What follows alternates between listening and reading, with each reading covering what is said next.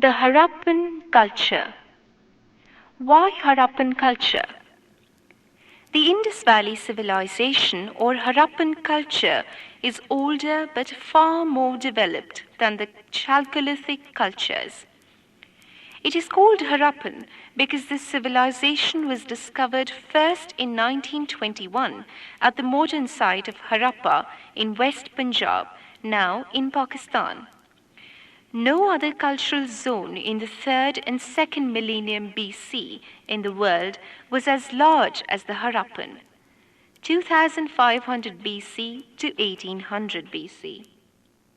Its mature phase lay between 2200 BC and 2000 BC. By the 18th century BC, the two important cities, Harappa and Mohenjo-daro, disappeared. But the Harappan culture at other sites faded gradually and continued in its degenerate phase in the outlying fringes in Gujarat, Rajasthan, Haryana, and western Uttar Pradesh. Dayaram Sahni was associated with the excavations at Harappa, while R.D. Banerjee founded the remains of Mohenjo-daro. The Indian sites near Rajasthan, Gujarat, and Punjab were discovered after partition and indicated that the extent of the civilization was much wider than what was originally thought. So, in a way, the Indus Valley Civilization is somewhat of a misnomer. The other contemporary civilizations in the world were the areas around the Mediterranean and the Aegean Sea, the Huanghe Valley in China, the valley of the Tigris and Euphrates in Iraq, Mesopotamia, and the Nile Valley in Egypt. Geographical extent. From Sutka Gendor in southern Baluchistan to Alamgirpur in the Meerut district of Uttar Pradesh, the known western and eastern limits of the Indus civilization, it is a distance of over 1,550 kilometers. From north to south, it extends over 1,100 kilometers between Jammu and Bhaktrav in the Kim estuary in Gujarat. Although it flourished over a vast area, the Indus civilization presents little variation. Major sites in Pakistan are Mohenjo-daro, Harappa, Kot Diji, Ali Murad, Sutka Gendor, etc. In India, major sites are at Rupar, Punjab, Banwali, Haryana, Lothal, Rangpur, and Sarkodada, Gujarat, Kalibangan, Rajasthan, Alamgirpur, Western UP. It is worth mentioning that Dholavira in the Bachan Taluka of Kutch district in Gujarat is the latest and one of the largest Harappan settlements to be discovered in India. Dr. J.P. Joshi and Dr. R.S. Bisht of the Archaeological Survey of India were involved in the excavation. Dholavira, unlike other sites, has three principal divisions. Town planning. The town planning of the Indus civilization followed the grid system. The roads oriented north-south and east-west cut across one another almost at right angles, and the city was divided into a number of rectangular or square blocks. The main roads, streets, some as much as 30 feet wide, were quite straight. Lampposts at intervals indicated the existence of street lighting. Flanking the streets, lanes and bylanes were well-planned houses. In none of the major cities has any stone building been found.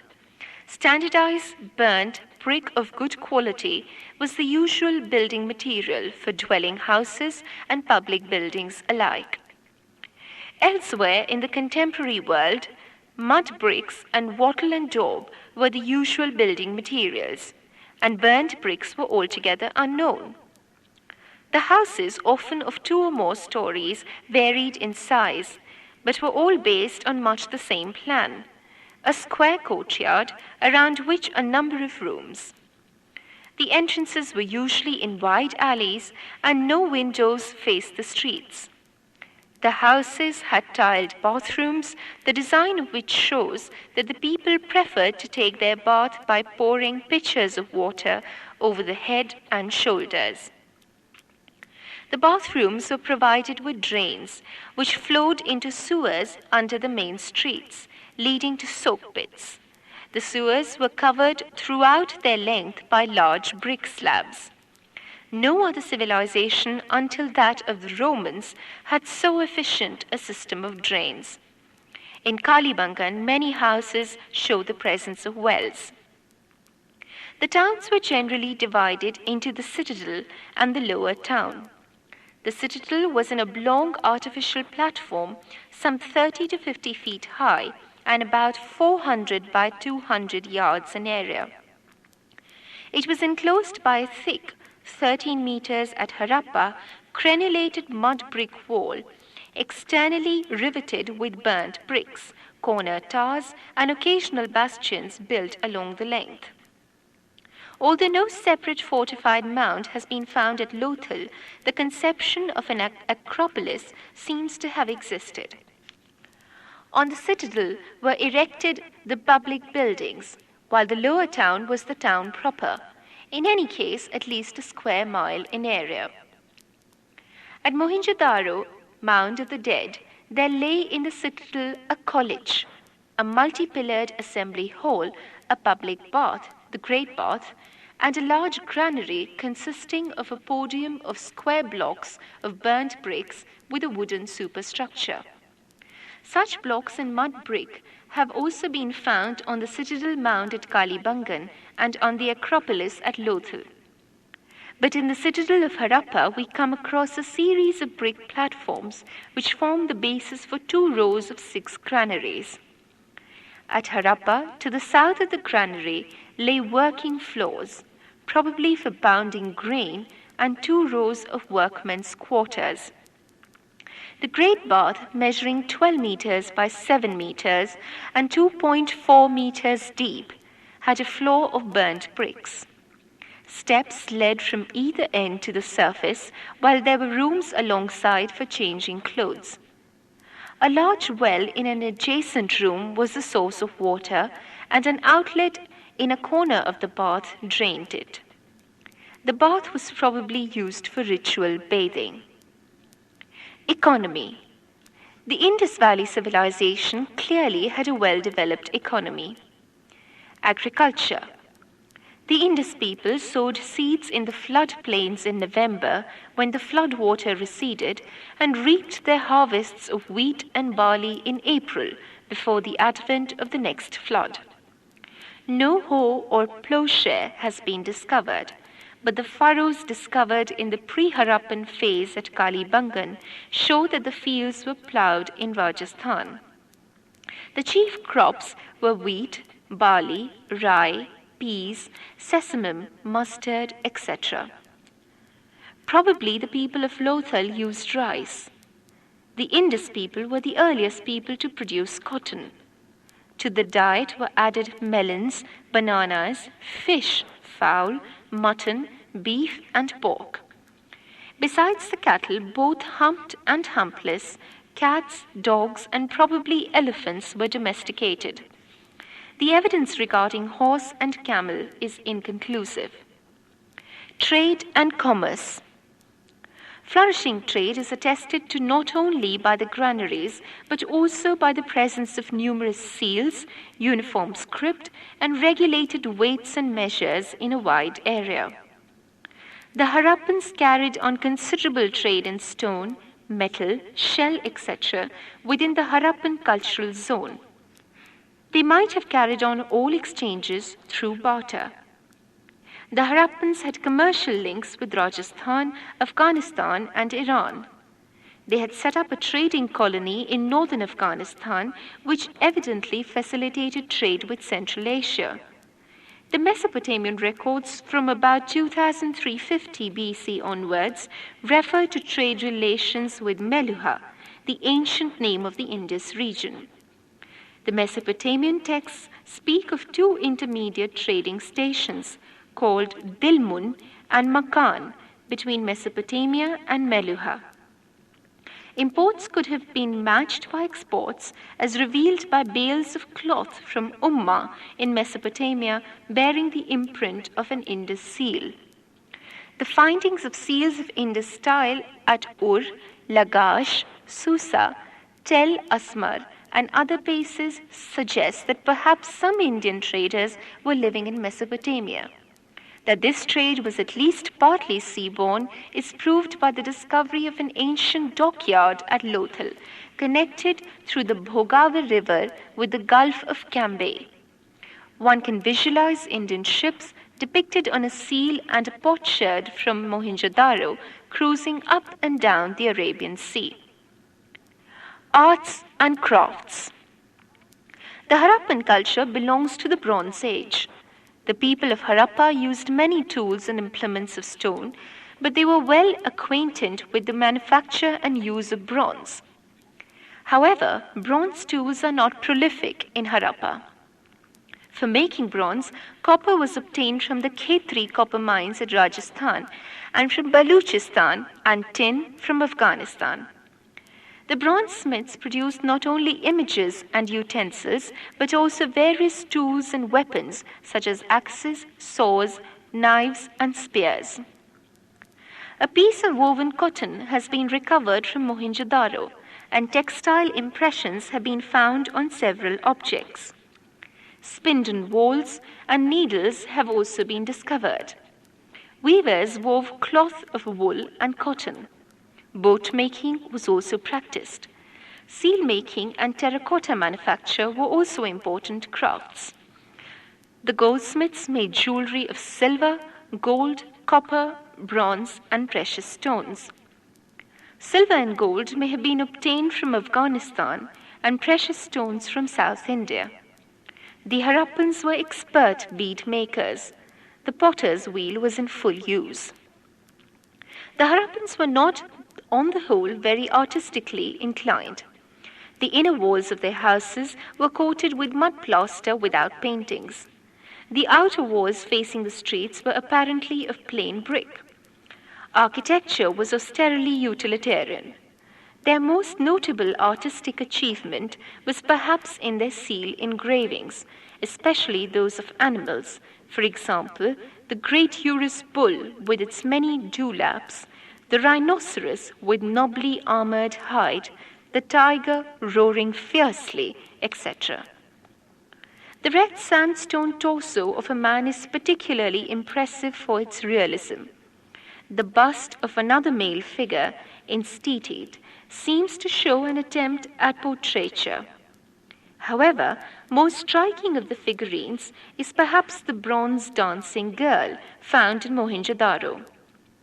Naked but for a necklace and a series of bangles almost covering one arm, her hair dressed in a complicated coiffure, she stands in a provocative posture with one arm on her hip and one lanky leg half bent. The Harappans made brilliantly naturalistic models of animals, especially charming being the tiny monkeys and squirrels used as pinheads and beads. For their children, they made cattle toys with movable heads, model monkeys which would slide down a string, little toy carts, and whistles shaped like birds, all of terracotta. They also made rough terracotta statues of women, usually naked or nearly naked, but with elaborate headdresses. These are probably icons of the mother goddess. Technology. In many respects, the Harappans were technologically backward in comparison with Mesopotamia. The Sumerians were very early invented knives and spearheads with ribs in the middle for extra strength and axe heads with holes for the shafts. But the blades of Harappa were flat and easily bent, while the axe head had to be lashed to their handles. In one respect, however, they were technologically advanced compared to their contemporaries. They had devised a saw with undulating teeth, which allowed the dust to escape freely from the cut and much simplified the carpenter's task. Seals. Every merchant or mercantile family probably had a seal bearing an emblem, often of religious character, and a name or brief inscription. The standard Harappa seal was a square or oblong plaque made of steated stone. The Mesopotamians employed cylinder seals. One or two such seals have been found in Mohenjo-daro. The primary purpose of the seal was probably to mark the ownership of property, but they may have also served as amulets. Script. The Indus script had some 270 characters, which were pictographic in origin, but which had an ideographic or syllabic character. The script has not been deciphered so far, but overlaps of letters and some of the potsherds from Kalibangan show that writing was bostrophodon, or from right to left and from left to right in alternate lines. We are not certain about the writing media, but a small pot found at Chanhudaro is regarded as an inkwell. Society. The general view is that Indus Valley Civilization was not the creation of a homogeneous people. It was a composite product of different races who lived and worked together in a particular environment. Mohenjo-daro had easy land and water communications. It was the meeting ground of people from different parts of Asia. However, in recent times, historians are veering round to the view that the Harappan culture is native to the soil, that the populations at these sites belonged each to a single biological group and probably descended from earlier populations in those regions. From the skeletal remains so far examined, it appears that some of the Harappans were people of the long-headed, narrow-nosed, slender Mediterranean type. A second element was the proto-australoid with flat nose and thick lips. A single skull of Mongolian type has been found, and one of the short-headed Alpine type. Father H. Heras has claimed that the Harappan language was a very primitive form of Tamil. Dress and ornaments. The men wore robes which left one shoulder bare, and the garments of the upper classes were often richly patterned. Beards were worn, and men and women alike had long hair. The coiffures of the women were often elaborate, and pigtails were also popular. Women loved jewelry and wore heavy bangles in profusion, large necklaces, earrings, bracelets, finger rings, girdles, nose studs, and anklets. Religion. The mother goddess was the popular divinity, but the upper classes preferred a god, nude with two horns, much similar to Pasupati Siva. Represented on a seal is a figure with three horned heads in a yogic posture. He is surrounded by an elephant, a tiger, and his throne is a buffalo. Near his feet are two deer. The bull was held sacred. Certain trees, like people, were ascribed divinity. Phallic worship was an important element of religion. Many cone-shaped objects have been found, which seem to be formalized representations of the phallus. Certain large ring-shaped stones have also been found, which represent yonis. However, no temple has been found, though idolatry was practiced. Although no definite proof is available with regard to the disposal of the dead, a broad view is that probably there were three methods of disposing the dead: complete burial, burial after exposure of the body to birds and beasts, and cremation followed by burial of the ashes. The discovery of the cinerary, urns and jars, goblets or vessels with ashes, bones and charcoal may however suggest that during the flourishing period of the Indus Valley culture, the third method was generally in vogue. The people probably believed in ghosts and evil spirits, as amulets were worn. Political organization. There is no clear idea about the political organization of the Indus Valley people. Unlike the Mesopotamians and Egyptians, they have not left behind any inscription describing their system of administration. Perhaps the Indus Valley people were more concerned with commerce and they were ruled by a class of merchants. But it can be safely stated that there was an organization like a municipal corporation to look after the civic amenities of the people. Decline. The Harappan culture flourished until 1800 BC. Afterwards, its urban phase marked by systematic town planning, extensive brickwork, art of writing, standard weights and measures, distinction between the citadel and the lower town, use of bronze tools, and red ware pottery painted with black designs practically disappeared.